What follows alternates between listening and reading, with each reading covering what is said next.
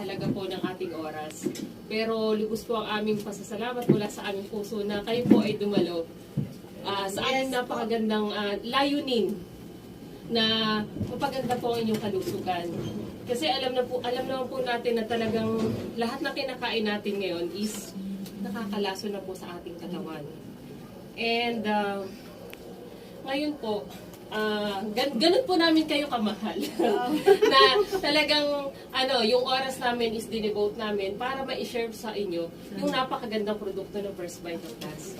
Kasi hindi naman po pwede na kami lang nakakaalam at kami lang yung magiging maayos yung pakiramdam at ang kalusugan.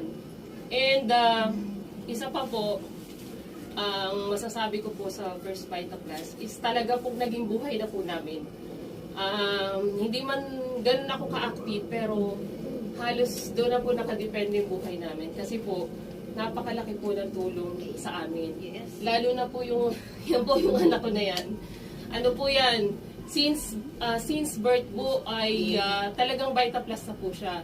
Tuwing magkakasakit po, magkakalagnat, uubuhin. Normal pong sakit ng ating mga anak. Lahat po sa atin may mga anak usually. And common naman po na nagkakasakit katulad ng unang-una, lagnat, ubo, sipon. Siya na po mismo nag-approach sa akin, Mommy, Vita Plus. Ganun na po talaga siya. So, ayan po. Yan po yung resulta niya. Matangkad po siya. And, and thanks God naman po kasi so far naman po is hindi po siya na ospital. Yun po kasi po sa panahon po ngayon, once po na kayo nagkasakit, ano po tatakbuhan natin? Una, ospital. Magkano po magpa-ospital ngayon?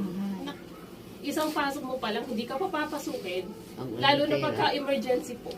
Pag wala po yung pera, hindi po kayo makakapasok. So napakaswerte nyo po na nandito po kayo. Mabigyan po tayo ng alternative way. Halimbawa, just in case, may biglang hindi natin masabi, may emergency sa ating mga anak, kamag-anak.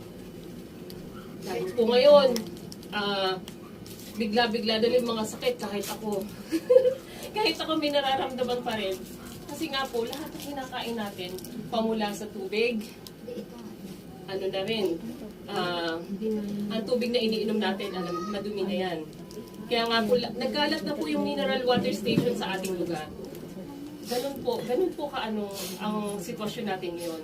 Paglabas natin yung usok, na populated na rin po. Diyan po, nagkakasakit tayo ng sabaga, yan, yung sipon, rhinitis, ganyan.